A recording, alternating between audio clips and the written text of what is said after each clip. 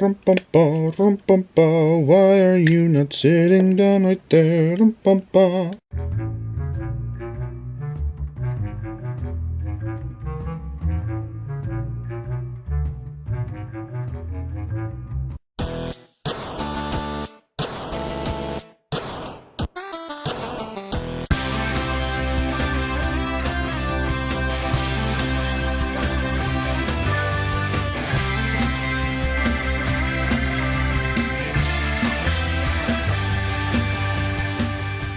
Hey everybody, Rocktimus Prime here, back with another Transformers video review. Now today we're going to be doing something that I don't usually tend to talk about, and that is Decepticons. Because being an Autobot boy, I kind of tend to display those rather than the Decepticons, but every once in a while one catches my eye, and then I'm pretty much blown away with it. It's like what I was saying in the Wheeljack video, that sometimes I get distracted by a really cool toy that I didn't know I wanted until I watched somebody's video on it. Which leads me on to today's video, Power of the Primes Darkwing. Let's get dangerous. Now, Darkwing himself is a figure that I always saw, but kind of was like, do I really want it? Because it just looks so terrible, and it really does with this papoose. Is that what we're calling these things? But then I saw him on an eBay auction where he didn't have this. I just saw him when he looked like this, and it was instantly sold to me. I think he looks so cool. I love the lightning dashes on his wings here, the upside down Decepticon symbols. Whoops. His chest sticker, his helmet with the little wings, these little null cannon ray things here. And it overall is just a really cool robot mode. I love the colors.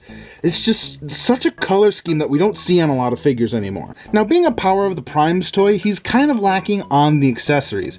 He just does come with a blue version of this hand-foot thing, which I care so little about, I've actually lost it. The other thing that he's rocking are these two really cool arm-mounted laser guns. I think that is fantastic. I love it that he, much like the Seekers, has an arm-mounted weapon. I think that is so cool. You can pop them off and put them in his hand, but I think they look better on his arms, so that's where they stay. And next to his partner, Dreadwind, he looks so cool. These two look so good together. They really stand out on a Decepticon shelf.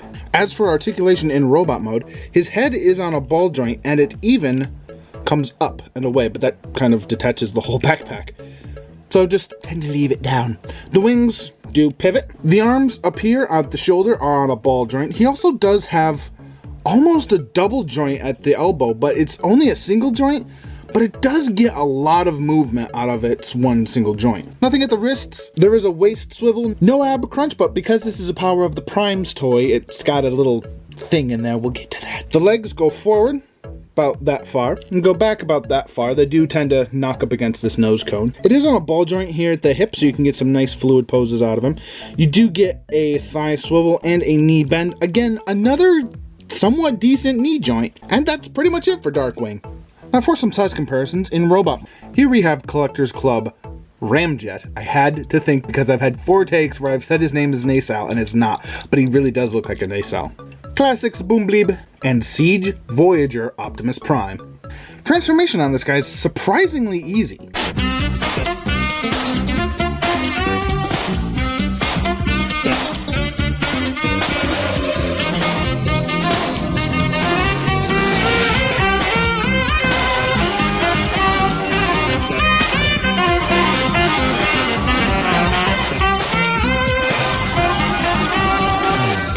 And he truly is the terror that flies in the night. But anyway, this is Darkwing's jet mode, and it is super cool. Again, it's the colors, the teal, the gray, and the purple.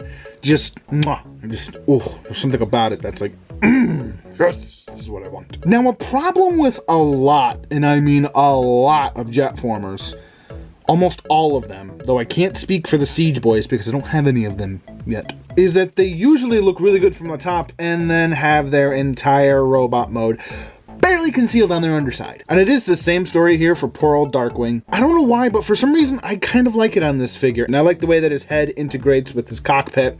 This nose piece is actually rubber, which you can say, it is what it is. But apparently he can combine with his partner Dreadwind and do a thing, but I didn't get the instructions for Darkwing. I just got the figure, so, and it's not mentioned in Dreadwind's instructions at all, so I don't know. Now this is something I'll say on both toys while I have them, because they look so cool together. It's a 90s like squadron, and it's so cool. That's not what I was gonna say, but it's a thing that came out of my mouth. What was I gonna say? I honestly don't remember now. Oh yes, Power of the Primes. Now, these guys, along with most of Wave 1, if I'm not mistaken, of Power of the Primes. Yes, I think I'm correct. Like Sunstreaker, Trailbreaker, Ironhide, that kind of thing, are all remolds and slight repaints from Combiner Wars. Meaning, if you pull this all the way back, he's got a little comboner. But yeah, if you have a torso, you can clip them on and they can become feet or arms or whatever you want. But for me, I prefer them as their own danged selves. So some comparisons in vehicle mode. Here we have Darkwing, and here we have Ramjet. I got his name right that time. Here we have Classics Bumblebee, and here we have Voyager Optimus Prime. So do I recommend Darkwing? Yeah, I kinda do. Aside from the fact that he bulks out my Decepticons, which are severely lacking. It's just those two shelves there, and all the rest is Autobots. I think that he and his partner look amazing together side by side. And they have this whole kind of G2, G3 aesthetic that I am finding myself severely enjoying. Like, I'm going back and wanting to buy, like, Machine Wars figures because of these two. So on the whole, then, I really do recommend Darkwing. Is he the figure that I deserve? No, but he is the figure that I need. Anyway, guys, this has been Rocktimus Prime with Darkwing and Dreadwind and miscellaneous other figures. Hopefully you guys have a good day, good night, whenever you're watching this. Take care, everybody.